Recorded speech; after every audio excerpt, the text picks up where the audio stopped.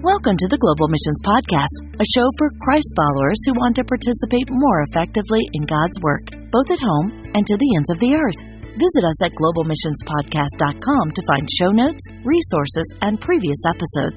You can also follow us on Facebook, Instagram, and Twitter. This podcast is brought to you by the Global Missions Toolbox, a new online collection of practical, trusted resources made for those who support global missions from home. Visit us online at globalmissionstoolbox.com to register for access to this growing collection of tools for senders. And now, here's your host, Rob Magwood, better known to many friends as Mags. Well, hi, everyone, and welcome to this episode of the Global Missions Podcast. I'm here again with our faithful co-host, Maddie DeSmit. Hi, Maddie.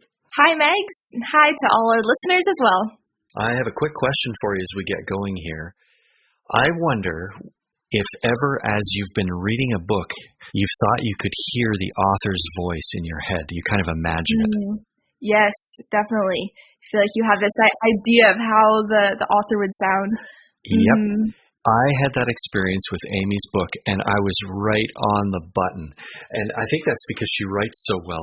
She has an energy and an excitement that's blended with her experience and wisdom, and she infuses it with stories, and it's exactly what her interview was like. She sounded exactly like I thought she would. Yes, totally, which means that our listeners are in for a treat today. We have a great topic and a great guest to speak to this topic. Today we're talking about ways that you can help cross-cultural workers to navigate transition. And we just wanted to say this episode is focused a little bit more on the goers who will be listening today. But that being said, there's so much wisdom and advice for the senders as well of how you can be supporting the goers who are in your life as they go through transition. And really, we just found that this whole conversation was filled with such practical advice of how anyone can go through transitions of various types in a godly way that causes us to grow through change. So we think everyone will enjoy this conversation with Amy, and I'd say let's get right into the episode. Our guest today is Amy Young, who has served in China for nearly 20 years and held a variety of positions, including leadership roles and including member care director for 10 years. I'm sure, Amy, that was a rich experience as you were alongside missionaries to serve them. Absolutely, it was. Well, we are benefiting from this today. I've had a chance to read some of Amy's material. She's also co-founded an online community for women missionaries called Velvet Ashes. You may have heard of that, and she has written herself 5 books. We're going to talk with her particularly about one of them today, and she has founded the Global Trellis. We will hear a little more about that today as well. Lives out west in Colorado, and I smiled when I read this too, Amy. Delighted not to have to get up in the middle of the night when you lived in Asia, I'm assuming, to cheer for the Denver Broncos and the Kansas Jayhawks. Welcome to our program. Thank you so much, Megs. It's an honor and joy to be here. I love these kind of conversations. It's nice to speak to you and to bring your experience to bear on caring for the group of people who go. And as we've talked before, we often speak on sender topics. Today we're going to talk especially about goers and how we can love and serve those of you or those who you may know who are serving and may be going through transitions. So, Amy, just as we get started, would you tell us a little bit, this is going to be tricky, I know, but a short version of your missions journey? I would be delighted to, and I will. As you said, it's like a lifetime. I'll try to keep it really short.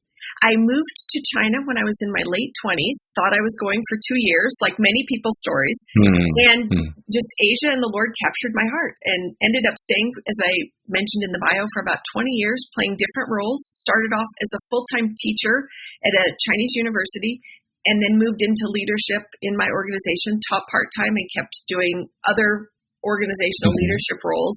Moved back to the States about 7 or 8 years ago, started Velvet Ashes.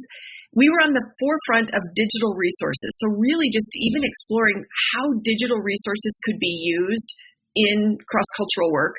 Got that up and running after about 5 years, and so I call Velvet Ashes like my adult baby. I love Velvet Ashes, but I'm not involved in the day-to-day running of Velvet Ashes. And about 2.5 years ago, started Global Trellis, and in the midst of that, write books. Wow. So you're staying out of trouble. That's clear. Now, Global Trellis. Let's just go there for a moment and explain this particular online resource. Like a trellis in a garden exists to help the plant grow to its full ability wherever it's planted, Global Trellis exists to help cross-cultural workers, wherever God has them, to be able to play their part in the Great Commission. A lot of cross-cultural workers, a lot of missionaries, are with wonderful organizations and have fantastic training when they go to the field. Mm-hmm. But organizations then are well-meaning, and I love organizations. This is not against any organization. But there are a lot of intentions to continue to grow and develop their people as time goes by. 5 years in, 13 years in, 20 years into being on the field, but there hasn't been a great mechanism to continue with personal and professional development. And that's the role that Global Trellis plays.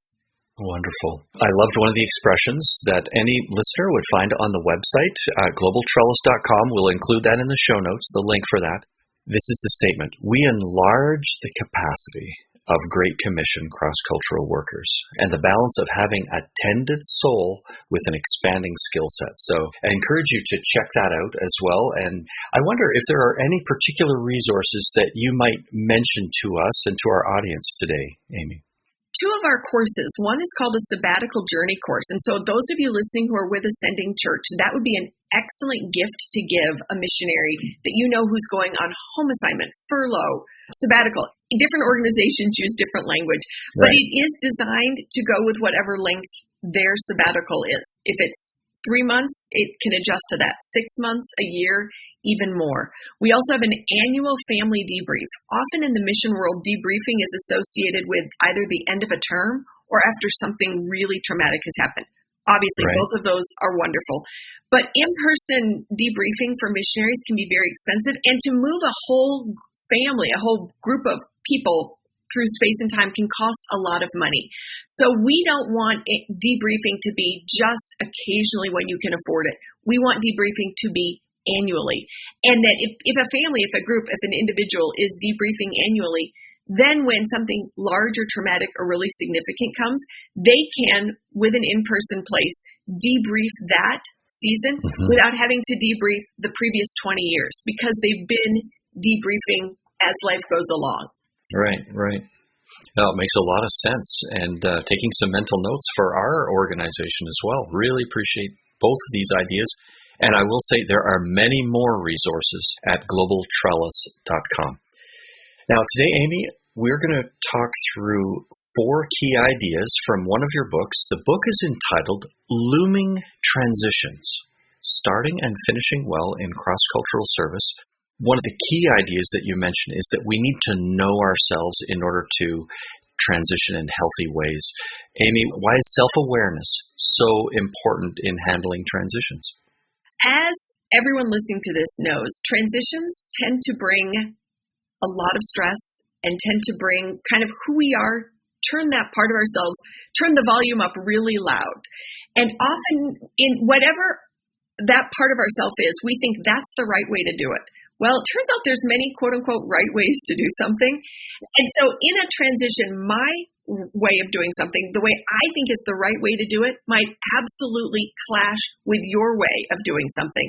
And instead of understanding, first of all, both of our volumes are turned up so loud because of the stress of transition, if we could even just turn them down a little bit. Also, realizing you're not actually trying to thwart me. You're not trying to take me down. We just have different styles. And so instead of now clashing, we can kind of turn next to each other and go forward together instead of bashing into each other. Well, you can hear how this would be helpful both for the person in transition as well as those of us who may be around them as well. And so we really hope this conversation will be helpful for the goers and for the senders who might be caring for people in transition. With that foundation laid then, Amy, 4 key ideas. What's the first idea you'd like to share to help navigate transitions? Briefly before I share that, I just want to stress to everyone listening, we are going to be talking about 4 different areas, and often there's 2 or 3 different wirings under each. And I want to stress, none of them are better than the others. They're just different. God loves variety. And so I just want to stress, as you're listening to one, you might be like, oh, well, that's quote unquote the right one. No, they're all right. They're just different. So the first one that I want to talk about is time management. Now, all of us know people who are wired differently towards time than we are. You might be wired where 10 minutes early, you're already late, or whatever, 12 o'clock was just a suggestion. And as long as I show up before 3, I'm not late.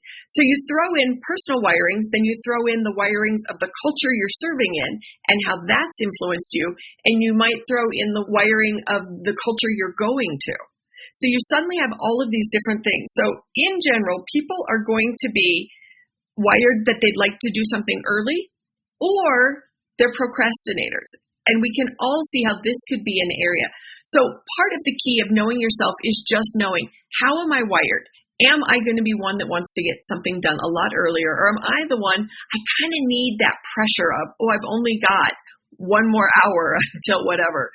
And just understanding, maybe I need to offer this part of myself, especially to God in this season, and to help me be aware of how that wiring is going to be a help and a hindrance. Both are going to have benefits and both are going to have downsides. So just to be aware, and then how my wiring might impact others. Maybe you have 2 parents in a family who are a little bit more on the procrastination side, and God has given you a wonderful child who is very stressed out by your way of doing things. So knowing that your kiddo is already, transitions are just huge. They're big, they're huge, they're hard.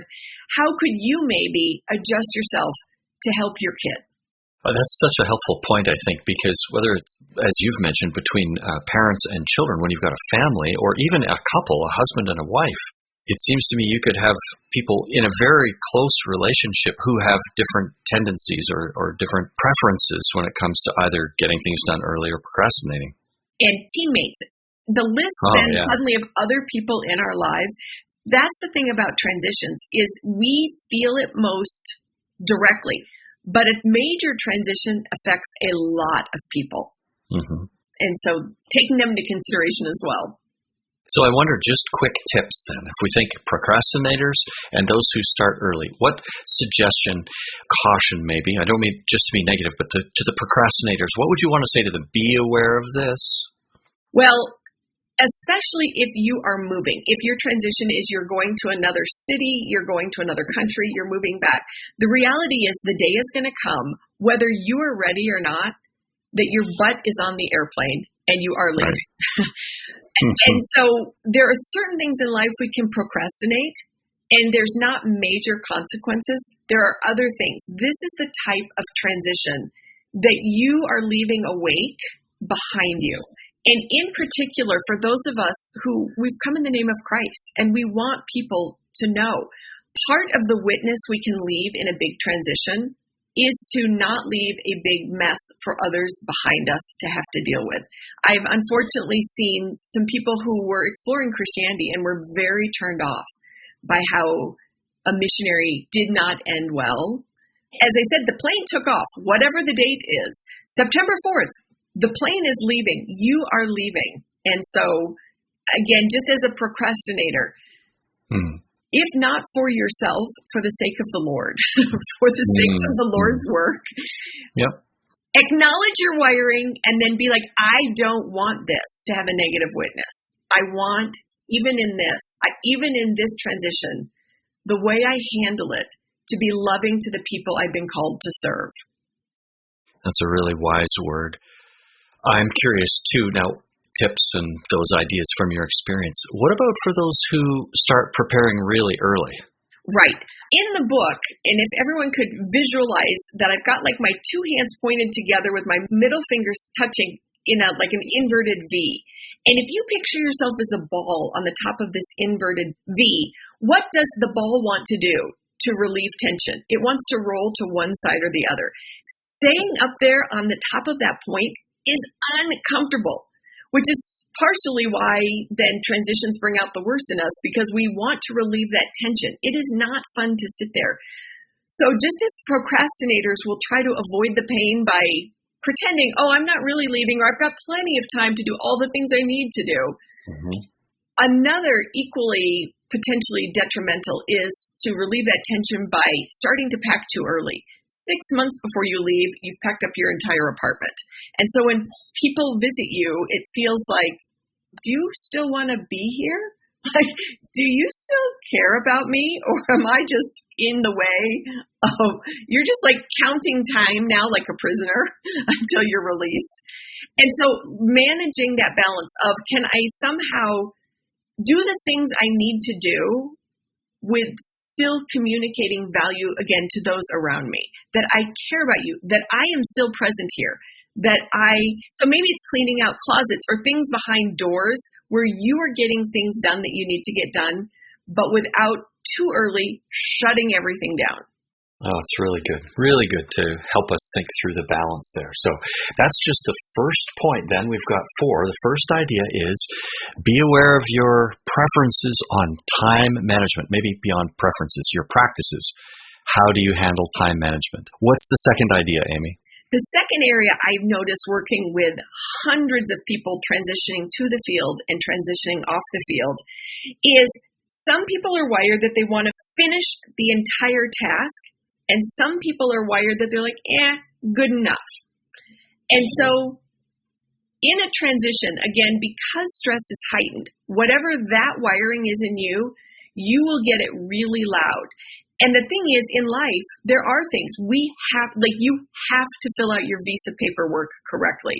There is no government official anywhere in the world that's probably going to be like, good enough. Like, you didn't put your date of birth, but whatever. That there are certain things we do have to know all of the details, but there are other areas we can get bogged down and actually finishing the entire task. So as we're talking, I'm thinking of teammates of mine that were moving back to the States. It was a family of 6. So again, moving 6 people through space and time was no small feat. No small feat. And after years of being in Asia. So an entire life set up.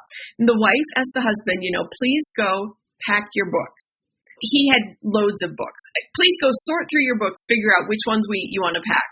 Well, he got so bogged down in like picking up a book, opening the front cover, remembering that book, starting to read the book again. She came in after an hour. I think he had looked at 5 books. And she was like, no, like you've got to move. So that was an area where, to a certain extent, he did not need to like perfectly analyze every book. He needed to do a good enough job of making a decision. Is this a keeper or is this a lever in this situation? So figuring out, the advice I would give to people is first, acknowledge which category does this task fall into. And also acknowledging my wiring. If you're a finish it really well kind of person, to go, all right, I need to be on the lookout for those areas I don't have to finish well, that I can do a good enough job. And if your wiring is good enough, then you need to be on the lookout. Where are the few areas that I really need to give it my all? And then to be aware of that. And to be aware of what I might consider good enough and you might consider good enough when we're under stress might not be the same. And so to think through that and then even to talk about it, to be aware, I think part of why self-awareness is so important. Things are going on inside of all of us. And if I can be aware of what's going on, then I can kind of name it. And then I can talk to you about it. Right. It's when I'm not really aware and I'm just very, very weepy or very, very short or cranky or I'm just not my normal self. But people are like, what's going on? You're like, nothing. And if we can slow it down and go like, all right, I don't want to tell you, but like, let me go on a walk with the Lord, spend 10 minutes, like what is going on? And you can figure out, then I can actually talk to someone about it and say, hey, I know I was kind of being a jerk. I'm so sorry. This is what was going on. Packing up those books means it's really real that we're leaving. And so if I could kind of drag it out, I'm trying to pretend it's not really happening. And that's not fair because our family, it puts more weight on you because I'm not pulling my fair share. And I'm sorry. I will now go and in the next hour get 2 boxes of books packed. Right. Wow. Great illustration too, just to help us get our minds around this and the care that we express to others by being aware of ourselves Amy, this is something I really appreciated about this particular book. It was actually on the rear cover. I was looking inside, but I found it again on the rear cover, where the recommendation is that this book would be especially helpful 4 to 6 months before you go through the transition. And so we're just acknowledging that when you're in transition, already the extra weight, the extra stressors are in play. It's going to be wise to consider these things in advance of the transition phase outright. Really, really wise. So the first two ideas, time management, and the second idea, are you finish the entire task completely every time, all the time, perfectly, or doing most is good enough? Self-awareness on those 2 points. In just a moment, we're going to ask Amy to share 2 more ideas to help cross-cultural workers navigate transition. Just before we get to that part of the conversation, we'd like to share with you this missions resource. We hope it will be helpful to you and your church. Did you know that billions of people still haven't heard the gospel? Send International is a global movement of Jesus followers, making disciples among the unreached. We've helped hundreds of churches and mission workers engage the unreached with the life-changing message of Jesus. To explore how Send can help you engage the unreached, visit send.org today. And now, back to today's conversation.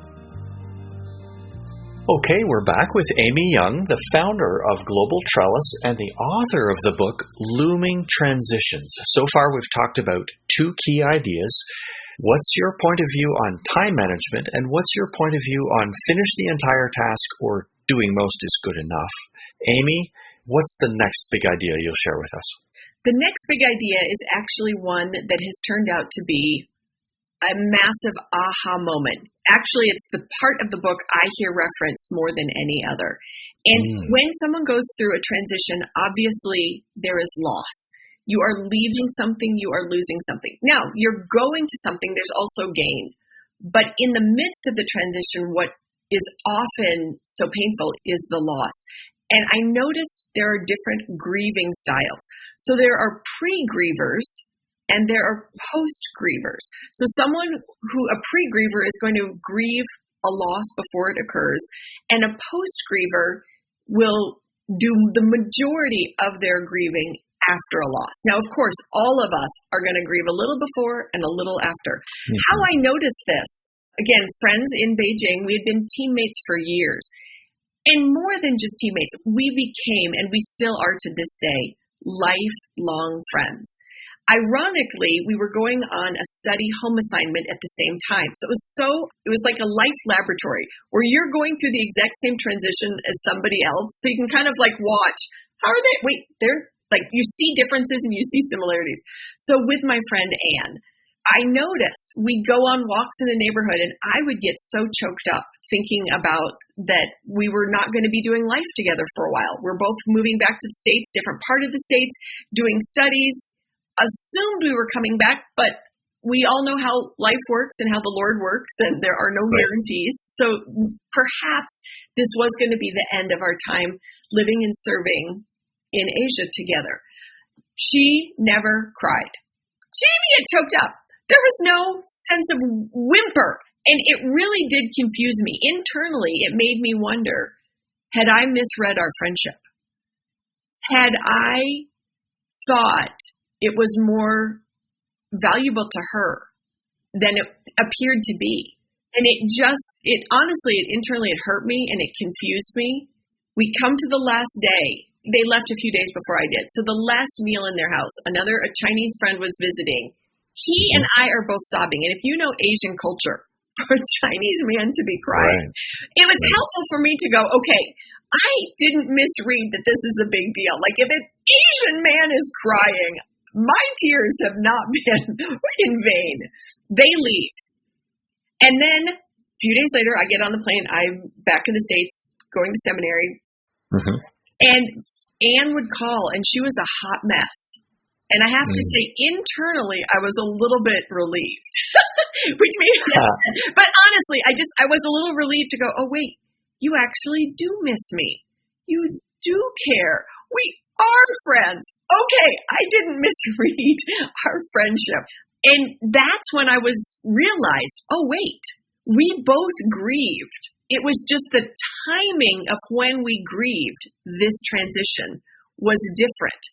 And it was off enough that it would be easy for both of us to think the other didn't really care. Because when she was grieving, because I had done most of my grieving, I was more before. So I was more in the I'm ready to start the next thing phase of my life. I'm ready. I'm now in seminary. I'm taking these courses.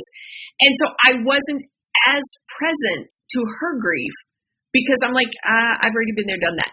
I also wasn't aware. Now that I'm aware of pre-grievers and post-grievers, I could have been a better friend. But that is one thing to notice in a family, on a team, in friendships. Wow. The chances of all of you having the exact same grieving style, not going to happen. Right. One of the things, so maybe you're not even moving, but your TCK, your third culture kid, is getting ready to graduate.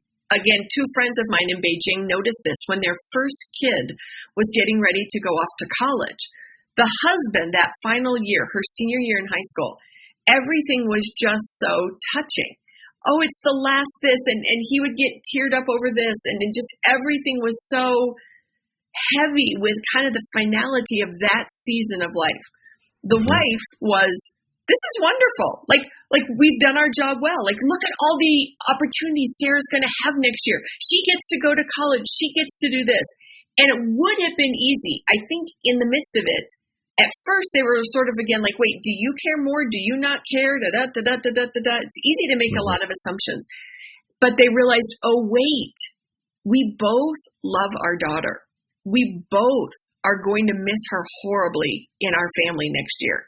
This is the beginning of the change in our family of 5. Because in a couple years, then the next kid. And in a couple of years, then our final child will be leaving the nest.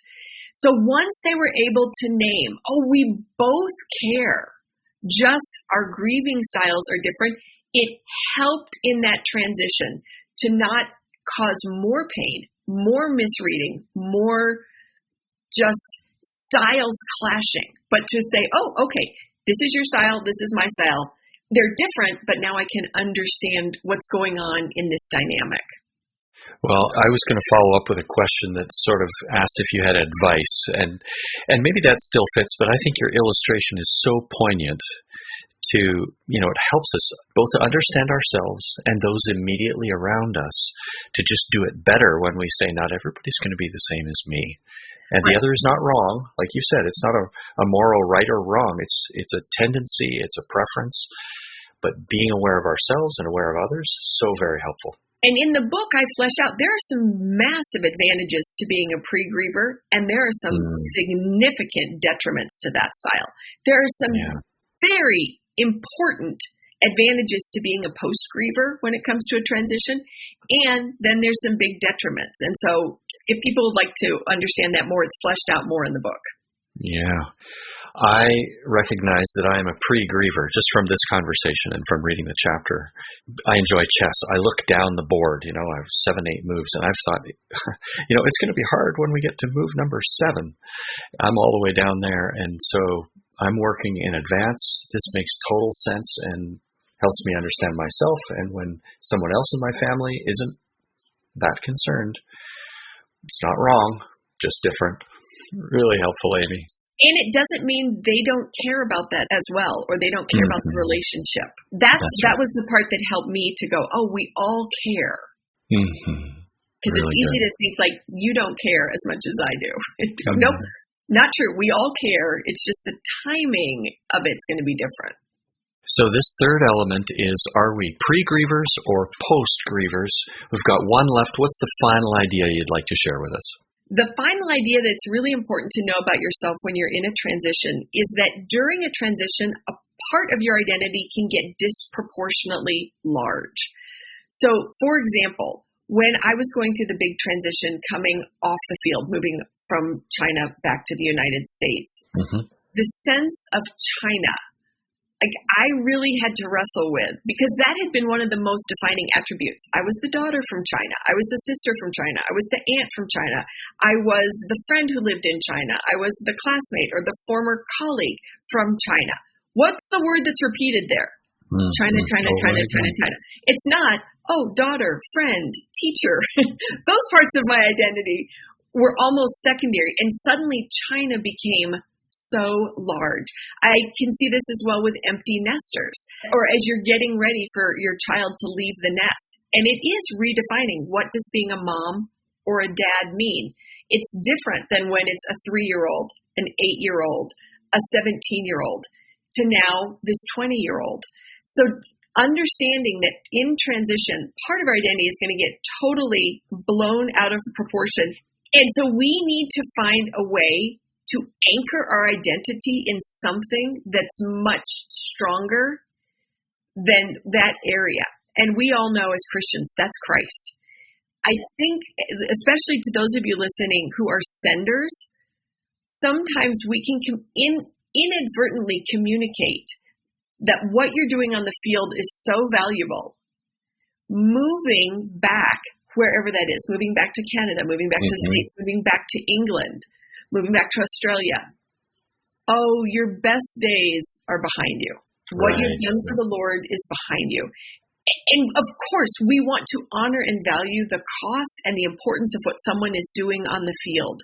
But we also don't want to communicate that that is what made you interesting or valuable. That is why God loved you, is because you did a hard thing in a hard place for a long time. That your value is because you are a Christian. And your value is if you are listening and walking with the Lord. And so if the Lord has called you back for whatever reason, and even just to be aware as a sender, are you ranking reasons to come back? For example, if the family has a child with an educational need that is just greater than what can be met on the field, instead of being like, oh, that's too bad. Of course, there's loss in there. So we want to acknowledge the loss. But also, if they are walking with the Lord, this is walking with the Lord. And I think sometimes all of us, goers and senders, can inadvertently rank what's valuable, what's important, what's more in line with God's heart. And I'm like, what's in line with God's heart is walking with God. And so anchoring it. In times of transition, that's when your identity feels the most untethered and the most, who am I? What do I matter? Where is my value? So whether we are men, whether we are women, whether we are single, married, parents, not parents, all of us, we need to come back to, my value isn't because I'm able to earn a salary. I'm able to wash any kind of stain out of any kind of clothing. All of those things that can become so out of proportion during a transition, you are important because you're a child of God. And God is going to walk with you. It doesn't mean everything's going to magically be provided for, and it might take a while to land on your feet. It might take a couple of years. But the Lord is with you in this transition. You have not been abandoned, and you are no more or less valuable based on where your body physically is in this world. It's really good. I wonder, Amy, I'm going to ask you to just go one layer deeper to someone who might be hearing this and realizing they need to solidify that identity in Christ. They acknowledge that it's the anchor and they want to deepen that, their roots there. What do you recommend to them? How can we grow more deeply into our identity in Christ? One of the ways I think that's really important is to be in a relationship with someone else. So it could be a counselor, it could be a coach, it could be a spiritual director, it could be a teammate, a spouse. But so often we're not even aware of what we really think our identity is until we are saying something out loud. And someone else will hear something or notice something in the words we choose, in the way we phrase something, in where we think our value is. And if it's a trusted person, a good counselor, a good mentor, like someone for us, they're going to be able to challenge in healthy ways that help to untangle what's the truth, what are lies, and then for those lies, how can we combat them with truth? Maybe scriptures. Like they will know what you need. So you might need to do some scripture memory, or you might need to just listen to some Lectio Divina, where you're going small on a passage instead of studying a whole book of the Bible. You're really meditating on a verse and letting it get into your soul and just exploring what does it mean that your identity is in Christ and not in a location. But sometimes we're so close. I've heard like the difference between a good lie and a bad lie. A bad lie we can sniff a mile away. Like, oh, whatever. You're the best basketball player. If someone said that to me, I would laugh in their face, like that, because it's not even believable. But if someone says something that hits a little closer to home, your best days are behind you. Oh, that one in a transition, that's a quote unquote good lie because it sounds like the truth. And so I'm tempted to believe it. So sometimes we don't even realize what we're believing is a lie or that our identity is in the wrong place because it sounds so reasonable to our heads and our hearts and our souls. And so we need that outside voice or that outside perspective to go, I don't think what you think is true. Like, let's explore that. Let's unpack that. Let's untangle it. Let's take it apart so we can put it back together in the right order. Really, really wise. And that takes time to invest into a relationship like that as well. Exactly. That's not an instantaneous thing. Well, I hope that each transitioning worker might have a friend or a counselor, someone in that role that can serve in that way to be that sounding board too. Amy, your book has a lot of other ideas. Looming transitions, the idea that something big is coming, it's looming transitions.